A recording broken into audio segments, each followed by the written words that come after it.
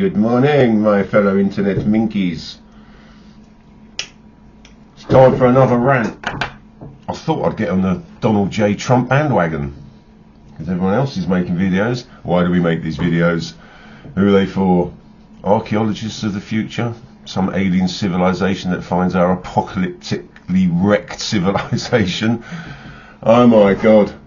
There's a lot of things about this that I don't understand. One of the main ones is how these leaders of other countries don't just use plain language and call him out for what he is.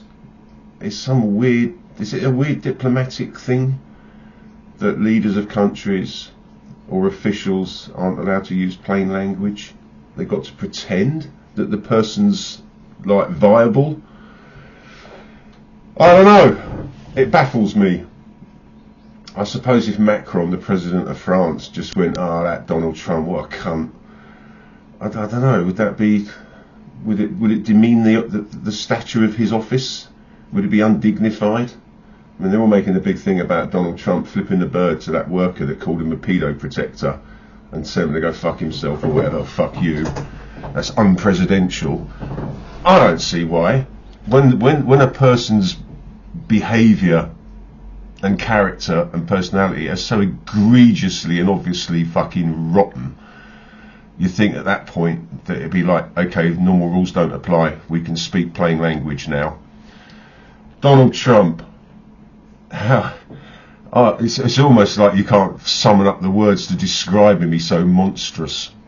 I mean, talking about plain language, if he was a kid at school, he would either have been the bully, but he's too much of a coward. You get that about him. He's physically too much of a coward to be a bully.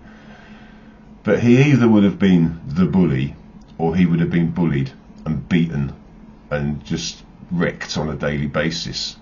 Not just because he's some poor, weak, innocent little kid who can't defend himself, but because he would have been the kid that came into school bragging endlessly about this, that and the other, and the other kids would have got to a point where they're like, nah, I'm not having this anymore, this guy needs to be given a good slapping, and he'd have got one. In the army, which is more relevant to my view of him, because I've served in the army, and I remember the kinds of guys in training that got washed out or were picked on. I wouldn't say bullied overtly, but just made to feel so uncomfortable that they quit. And Trump is a prime example of somebody who would not have made it through training. I mean, any normal person, I don't think you even have to be particularly intelligent. I think a normal person being exposed to an individual like Trump, let's say in the workplace or in the army or wherever, it doesn't matter where, any normal person seeing his facial expressions, his mannerisms, his body language, the words he says and the way he constructs sentences with those words, there's a whole raft of tells. I mean, with a lot of people you only get like one, two maybe, but with Trump, so lucky to see all of them in one package. It's fascinating to see so many tells in one package. And I think the biggest one of them all, the most important or notable or fascinating one, is his complete inability to see them in himself. His complete lack of self-awareness. The cringeworthiness of so much of what he says and does, that even the most egregious of braggarts would be aware of it and be like, I can't pull that one off. That's going to make me look and sound like a proper cunt. But he's oblivious. He's absolutely oblivious. He has no self-awareness at all. And it's fascinating. As it's fascinating to not see him being called out by other world leaders. Like, why don't they just laugh at him? Why don't they go full bore ridicule on his ass? But they don't. They pander to him. It's almost like if you put it into a kind of a playground scenario, it's like all the other kids can see what an utter wanker the braggart is, but he's got this really big stick, and they're scared that he's going to whack them over the head with it, so they keep their mouth shut. They treat him like a regular pupil. They show him some sort of level of respect so as not to be hit over the head with the big stick. I mean, what is the big stick that Donald Trump has got? He's got his military and he's got his nuclear weapons. Well, we know he can't just push a button and launch the nukes. And I'm assuming that he wouldn't be able to order an invasion of, I don't know, France or any other country. Some little tin pot dictatorship like Venezuela, I guess you can get away with that because none of the rest of the world have much sympathy for it, even though it's illegal. But now you've got Greenland. Greenland is a part of the NATO alliance, and you've got this nut job threatening to take it by hook or by crook. And even then, all the other leaders of NATO, all the other countries of NATO, still talk about it in a respectful way, almost as if they're normalising the desire of it. Oh yeah, Trump wants Greenland. Well, yeah, we understand, Mr. Trump, President Trump, that you would like Greenland for national security reasons. Yeah, we understand it, and it's a legitimate desire, but we can't let you have it because it's a NATO member and it's a sovereign state, and you can't just take it. And we don't want to sell it to you. The whole language is treating his desire to take Greenland as if it's normal and respectable and open for debate and to be treated with respect. It just blows my mind. It really does. If every other member of NATO, the leaders of all the other countries, went public and went, you're fucking mental. You're deranged. You are seriously mentally ill. I mean, everyone already knows that. It's already known. But you think that would be the excuse to go, you know what, we're not going to pussyfoot around anymore with the language, we're going to talk plainly. It's now, you've gone over the line, mate. Now we're going to ridicule the fuck out of you. We're going to call you what you are. We're going to take the piss. We're going to disrespect you. And just tear him down verbally, publicly. All the leaders of the free world. Just tear him to shreds. I don't know why they haven't done it with Putin. I guess because they know Putin's an even more bigger mad dog and quite likely could launch nukes. Who knows? You'd like to think somebody behind the scenes would say, no, you're not pressing the button. We're not going along with it. But Trump, as much as he is a mad dog, doesn't have the ability to just press a button on his own in his office when no one else is around. It's a big, long procedure, launching nukes.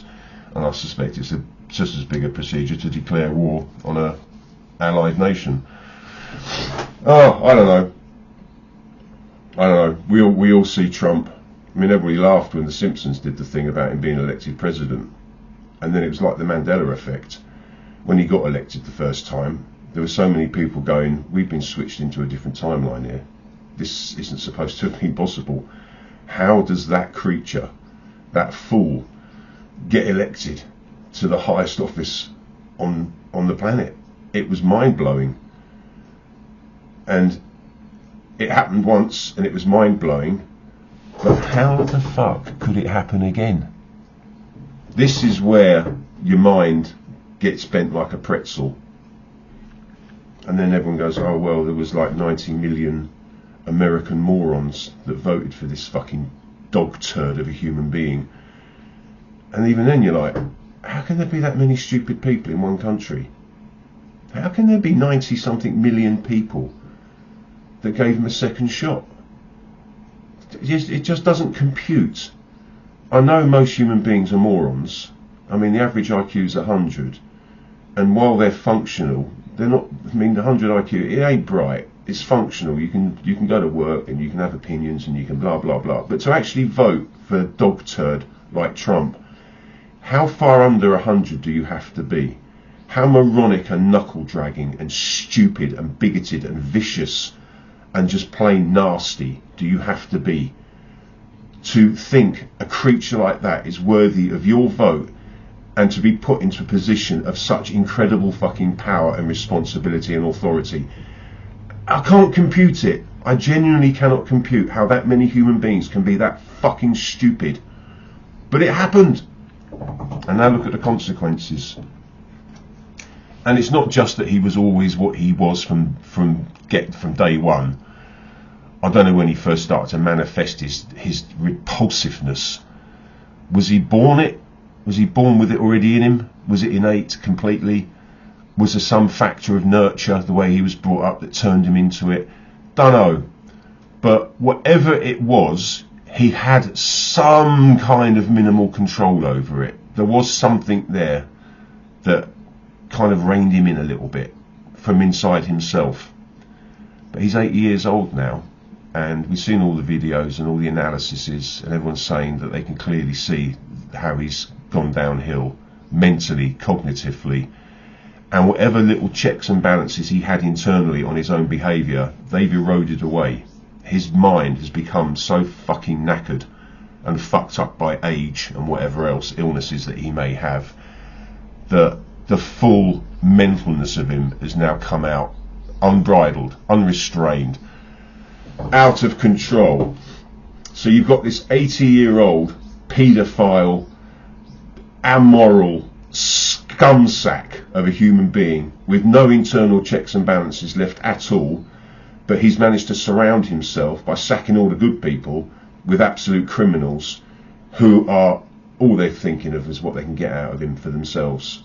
And they're so stupid they don't even look down the road and see the consequences coming, because when he's gone and they're on their own, they're going to get done, and they don't see it.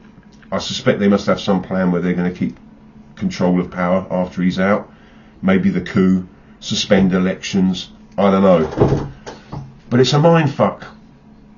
It's like the biggest bus wreck in history, and we're all sitting watching it. And so many people are keeping their mouths closed. People in power that should be calling him out, like properly with plain language.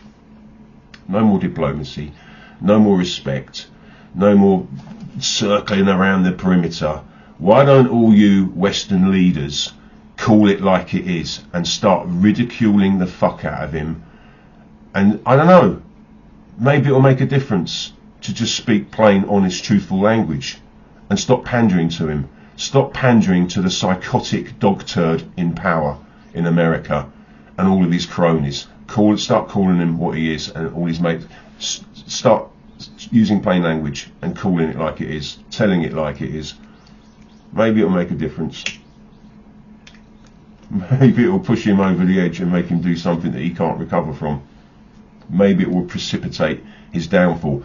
Right now, all we can really hope for is that he just pops his clogs, that he doesn't wake up in the morning, he has a stroke in his sleep, fatal heart attack. Oh, please, please, please, please, if ever the world needed somebody to fucking die right now, it's Donald J. Trump. Pop your fucking clogs, shuffle off this mortal coil, fuck off. You're not wanted, you're not needed, you're an absolute fucking liability to the whole human race. Be gone. Anyway, I hope that entertained you. I hope you found it interesting. Excuse me, spitting everywhere. Who's that guy? Vic. Is it Vic? The guy that does the rants and he sprays spit all over the camera. He's fucking awesome. Anyway, thank you for watching and listening, and I hope to see you in the next one. Bye!